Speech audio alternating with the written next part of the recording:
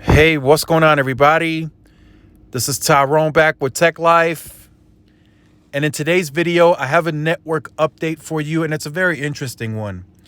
And I think this article by Fierce Wireless, the title is spot on. So I will leave it in the description down below so you guys can check it out in its entirety. So the article states, well, the title, AT&T's 5G strategy is a little like Verizon, a little like T-Mobile. So it's a little bit of this, a little bit of that. And I think that's why people are confused with AT&T's 5G strategy and they don't see the light at the end of the tunnel, because AT&T is not focused on one or the other. They're kind of doing a little of both. So right now, yes, Verizon has implemented DSS, but they're mainly focused on millimeter wave. They're not only telling you about it, but they're also showing you with how many nodes are going up in areas that versus the T-Mobile will likely never build out millimeter wave that extensive. So T-Mobile has some of the frequency of millimeter wave in the 47 gigahertz, which is a much higher frequency. That is likely only going to be used for indoor usage or arenas and stadiums. Verizon, as many of you have seen, is building out millimeter wave all over the place. And not necessarily that they're going to cover a large area with millimeter or a larger area with millimeter wave. They're just putting millimeter wave in more places than you would expect T-Mobile to put it. It's Verizon's only play right now, so that's what they're pushing. And they're focused on that. They're telling you about it, and they're putting the money towards that. AT&T, their strategy is a little here, a little there. They're doing some millimeter wave, but they're not really committed to it. So you're not seeing millimeter wave at a scale of Verizon's. You're just not. So if you're looking for AT&T's millimeter wave, you're less likely to find it versus Verizon's. And yes, the DSS is working for AT&T, but they're also not really committed to that either. They're doing it. They're going back to the sites, but they're not fully committed to that. I mean, if we look at T-Mobile, for example, they were committed to low-band 5G. They said, this is our foundational layer, and this is how we're going to build it. T-Mobile has, right now, they cover more low-band 5G on their footprint and across the U.S. versus the DSS from AT&T. AT&T is the closest to T-Mobile, but if AT&T was really focused on either one of the technologies, it would be much further along. So if, say, AT&T was focused slowly on DSS, then DSS would be at a much bigger footprint versus T-Mobile's. And the reason I say that is because AT&T's network is far larger overall versus T-Mobile's. But they're not focused on either or. So you're seeing less of a nationwide low-band footprint, and you're seeing less of a millimeter wave footprint because they're not focused on one or the other. They're doing a little bit of both. So great title by analogy by Fierce Wireless. Very, very great. I couldn't have said it better myself. That's really where AT&T is at this point. We know Verizon strategy is millimeter wave. Yes, they're doing DSS, but they're not focused on it. They're not excited about it. They know it's not going to perform any better than what we're seeing on LTE today. But millimeter wave, it's where it's at. So they're pushing that. The money's going towards it, and we're seeing it because it's being built out. T-Mobile, their strategy was low band 5G. We're seeing that. That footprint is increasing. Their next step 2 to the foundational layer is mid-band. We're seeing that. They're committed to that. That's increasing. So it's going to take them a little bit more time, of course, but we're seeing the strategy pan out as they set it out to be. So they're executing it. And again, AT&T is just, a little bit here, a little bit there. What happens to AT&T's strategy if they can't get a adequate C-band? So let's say the analysts are correct. Again, I'm just speaking in theory here. Let's say the analysts are correct and Verizon gets 80 megahertz of the first 100 in the top 47 markets. Let's say they drop the entire money bag on it.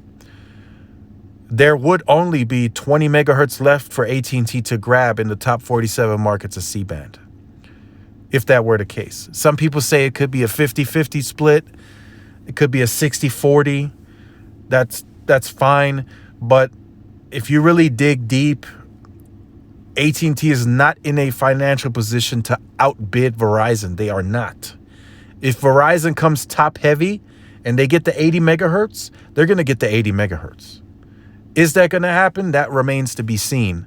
But if they drop the money bags, they're going to shock AT&T, because AT&T is in no position to outbid them if they go top heavy. They're just not. For the other spectrum that clears later on down the line, yes, AT&T is going to get more of that spectrum and is going to be able to compete better for it. But the first 100, if Verizon wants to get 80 megahertz of it, AT&T is going to have to take a step back, because they're not in any financial position to compete. The debt load is too high. They have some cash on hand that they could put towards the auction, but the investors are not going to allow, or are not going to like them going into further debt if they need to. That's just not going to happen. They're not going to like it.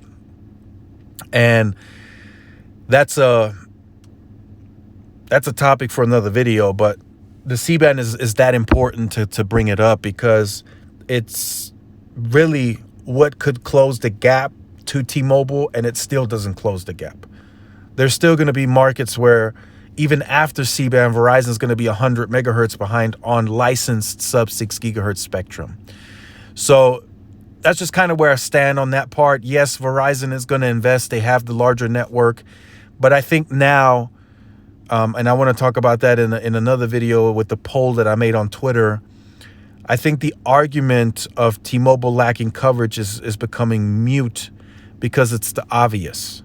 We know T-Mobile is smaller size. They have been that way for a very long time.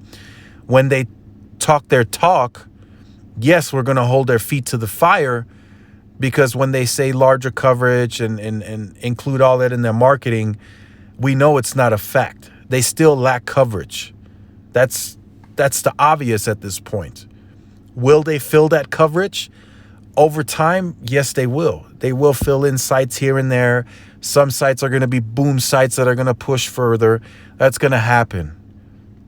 But T-Mobile has no real incentive right now to push the coverage. They have some agreements to uphold with some of the local state AGs in that specific state, but on a nationwide scale, they're not getting a government subsidy like AT&T. AT&T is getting reimbursed for hitting coverage milestones. So you can forget T-Mobile rolling out a coverage expansion at the rate of AT&T. Verizon is already at the size that AT&T is trying to get to.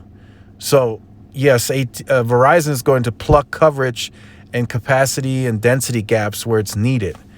T-Mobile is starting from square zero. They're starting at the bottom again, and they're trying to work their way up. So that 15,000 site build is going to take time. It's going to happen over time. I say within 3 to 6 years, we're going to start seeing coverage gains, but it's not going to be anything massively to where it can be like, okay, T-Mobile added 2 million square miles or anything like that. That's not going to happen. It's because they're too focused right now on getting the integration worked out between the suburban and urban, where it matters the most, where you have most perception from the public, the consumer. Then they're going to pull customers from that pool and continue growing that way, and then they're going to work their way out. It was the same strategy that they utilized during HSPA and then also during LTE. I see no reason why Neville is going to change that. Neville has been a part of both technology advances. He has worked his way from the urban suburban, and then he went to the more rural areas. So I don't see that changing now. So let me know what you think about this. Do you think AT&T strategy needs to change? Do they need to focus on one or the other more? Or do you think the little bit here, little bit there approach is going to work for them in the long run? So let me know all that in the comment section down below. If you have been on the channel or you're new to the channel and you have not yet liked, share, subscribe, make sure you do so. Follow the social media outlets for more updates. There's more interactions. The videos are going up on the YouTube. So definitely make sure, the videos are going up on the Twitter as well. So you guys have an additional platform to get the notifications. And thanks again for watching. This is Tyrone with Tech Life, and I will see you guys in the next video. Peace.